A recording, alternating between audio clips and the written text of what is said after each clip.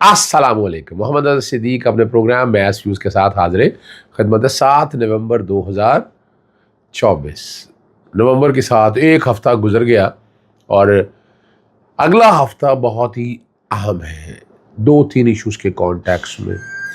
ایک تو عمران خان صاحب کی توشہ خانہ 2 جو ہے جو نیب سے ہوتا ہوا ایف آئی اے میں آیا، وہ ضمانت کی درخواستوں کی سماعت ہے اگلے ہفتے میں. دوسرا معاملہ بڑا اہم ہے، وہ توشہ خانہ 1 بن ہی کہیں گے، یعنی توشہ خانہ سمپل کہیں گے جو کہ یہ الیکشن کمیشن والا ہے.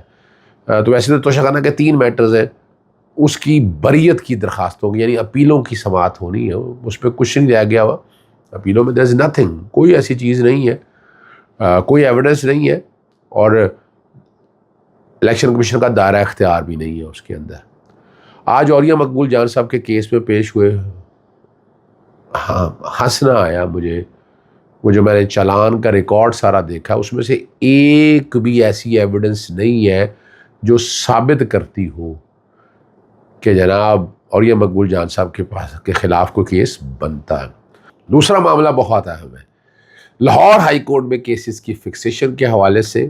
اور آج میں درد دل سے یہ بات کر رہا ہوں کہ وہ میٹر اگر سارے سیٹل ہو گئے ہوتے تو پاکستان تحریک انصاف سے کبھی بھی سمبل نہ لیا جاتا، اور پاکستان تحریک انصاف سمبل کے مطابق الیکشن لڑتی، اور پھر چلے وہ نہ صحیح ریزرو سیٹوں کے حوالے سے بات بڑی کلیئرٹی کے ساتھ آ جاتی. اور آج جو پاکستان تحریک انصاف یہ فسطائیت دیکھ رہی ہے، اس میں سے کئی ایسے معاملات ہیں. میں باری باری نہیں ذکر کرتا، لیکن ایک چیز میں آپ کے سامنے ضرور رکھنا چاہوں گا. Section 215 taking away symbol is banning a party. اس سے پہلے الیکشن کمیشن 1 وہ بڑا اہم معاملہ ہے. وہ لارجر بینچ میں پہلے یہی پھنسائی رکھا، جیسے شاید بلال حسن صاحب کے ان کا نقطہ نظر یہ تھا کہ اسلام آباد ہائی کورٹ پہلے دیکھے. اسلام آباد ہائی کورٹ یعنی ایشو لمیٹیشن کا ایشو تھا، دائرہ اختیار کا ایشو تھا وہ. اور یاد رکھیے گا، میں بڑا کلیئر ہوں اس حوالے سے کہ سیکشن 137 سب سیکشن 4 کا اطلاق 120 دنوں کے اندر ہونا تھا، اور اس میں نہیں ہوا. یہ ریکارڈ کی چیزیں میں آپ کے سامنے رکھ رہا ہوں. اور یہ 25 ماہ میں سنگل جج نے فیصلہ کیا، جیسے شاید بلال حسن نے، انہوں نے پولیٹیکل پارٹی کو ایسوسیشن کہہ دیا. میں کمپٹنسی پہ بات نہیں کر رہا، لیکن یہ ریکارڈ پہ باتیں. اس کے against intra court appeal file کی، وہ لگتی نہیں تھی یار، وہ لگی، ججمنٹ ریزرو ہوئی، الٹیمیٹلی پھر اور پٹیشنیں فائل ہوئی، اور 25 مارچ کو لارجر بینچ بنانے کا آرڈر ہوا ہے. لارجر بینچ بنانے کے آرڈر، اور کمال کی بات ہے وہ لارجر بینچ بنا، ڈیٹیں فکس کرنے کا کہا، ڈیٹیں فکس نہ ہوئی. اور میں بارہا لکھ چکا ہوں چیف جسٹس صاحب کو یا صاحبہ کو، رجسٹرار کو، بھی کیس فکس کریں. پہلے ہمیشہ یہ تاریخ چلی آ رہی ہے کہ لارجر بینچ کی اگر کیس کی سماعت کرنی ہے تو ان کے بینچ کے سامنے درخواست لگائی جاتی تھی.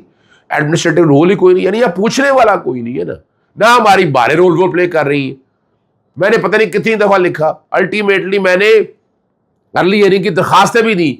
وہ درخواستیں وصول، بھائی کس قانون کے تحت درخواستیں وصول نہیں کر رہے ارلی ہیئرنگ کی آپ؟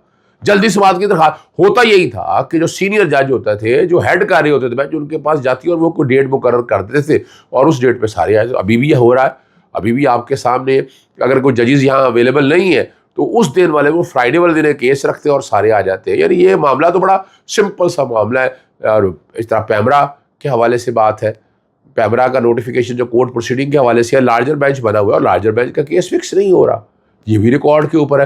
میں تو دیکھیں دروازہ کھٹکھٹاتا رہتا ہوں، آواز دیتا رہتا ہوں، اور اب آ کے میں تنگ آ کے میرے پاس کیا ریمیڈی رہے گی؟ الٹیمیٹلی پھر میں سپریم کورٹ جا کے کہوں، چیف جسٹس صاحب کو لکھوں کہ جناب یہ ہو رہا ہے یہاں پر. یعنی کوئی نہ کوئی طریقہ، بھائی نہ رولز میں یہ پروسیجر دیا ہوا ہے، یہ پتہ نہیں کون سا رولز ہے. یعنی آپ نے ارلی ہیئرنگ وصول ہی نہیں کرنی، یعنی کہ درخواست وصول کرنے سے بھی انکار کر سکتا ہے. یہ لاہور ہائی کورٹ میں ہو رہا ہے، جو میں آپ کے سامنے وہ رکھ رہا ہوں سارا. دوسرا بڑا ایک اہم معاملہ ہے، وہ طاہر اقبال صاحب کا ڈیٹینشن آرڈر کے حوالے سے.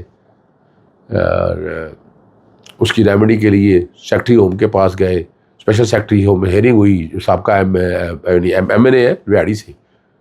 اور سیکشن 3 کی وائس کو چیلنج کیا ہے، پہلے اس پہ اعتراض لگا، اعتراض دور ہوا اور معاملہ یعنی ڈیٹینشن آرڈر کو سمجھنا یہ ہے وہ 30 دن کے لیے غیر قانونی ڈیٹینشن آرڈرز ہیں، ریزننگ دینی ہے، جسٹیفیکیشن دینی ہے، اور وہ مہینہ لگتا ہے ایسے ہی پورا ہوگا اور بڑی زیادتی ہو رہی ہے۔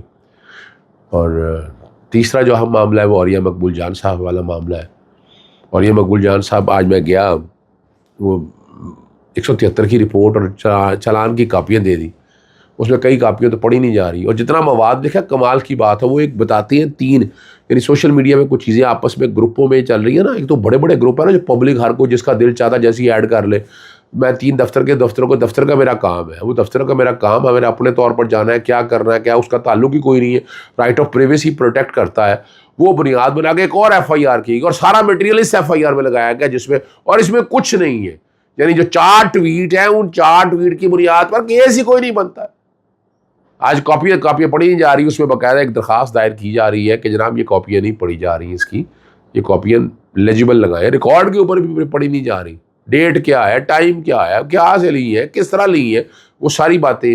اور آج میں نے یہ بھی انہیں کہا ہے، تصویریں بیک گراؤنڈ پہ چل رہی ہوں گی، اور میں نے انہیں یہ بھی کہا ہے جج صاحب کو، میں کہ جناب باقاعدہ میں درخواست دیتا ہوں، اس پہ درخواست پہ فیصلہ کیا جائے۔ پھر دوسرا جو ہے نا، اس پہ فرد جرم نہیں عائد ہو سکتی۔ 265D کی درخواست کہ جناب یہ جو میٹیریل ہے، اس میٹیریل کے اوپر آپ کوئی فرد جرم عائد نہیں کر سکتے۔ یہ بھی میں نے ساری چیز سامنے رکھنی ہے، اور کوشش میری ہوگی کہ اصل حالات دیکھیں، میرا کام ہے ہوا اور ان سے ملاقات، بڑے تھوڑا سے پاؤں میں ایک تکلیف ہے، ورنہ تو ماشاءاللہ وہ فیس کر رہے ہیں، کھڑے ہوئے ہیں، ڈٹے ہوئے ہیں، اس نظام کے خلاف ڈٹے ہوئے ہیں، مقابلہ کر رہے ہیں۔ یعنی آپ زبان بند کرنا اور اپنا ذوالفقار علی بھٹو کے دور میں اس طرح زبان بندی نہیں ہوتی، اس طرح اٹھایا نہیں جاتا صحافیوں کو، وکلا کو اٹھایا جا رہا ہے، صحافیوں کو اٹھایا جا رہا ہے، پوچھ ہی کوئی نہیں رہا، اور عدالتیں ہماری خاموش بیٹھی ہوئی ہیں، بڑا کم ہے آپ کے سامنے ہے۔ یعنی یہ والے معاملے کو اس روی سے دیکھنا ہے۔ ڈیٹینشن آرڈر میں نے آپ کے سامنے رکھ دی، اتنے ڈیٹینشن آرڈر رکھ دیے، اتنا میٹیریل میں نے سارا کچھ سامنے رکھ دیا ریکارڈ کے اوپر، اور کیا بات رہ گئی، اور ڈاؤٹ کیا رہ گیا اس حوالے سے؟ اب تو ہر چیز میں سامنے لے آیا ہوں نا، اس میں ہے کیا، there is nothing wrong in it۔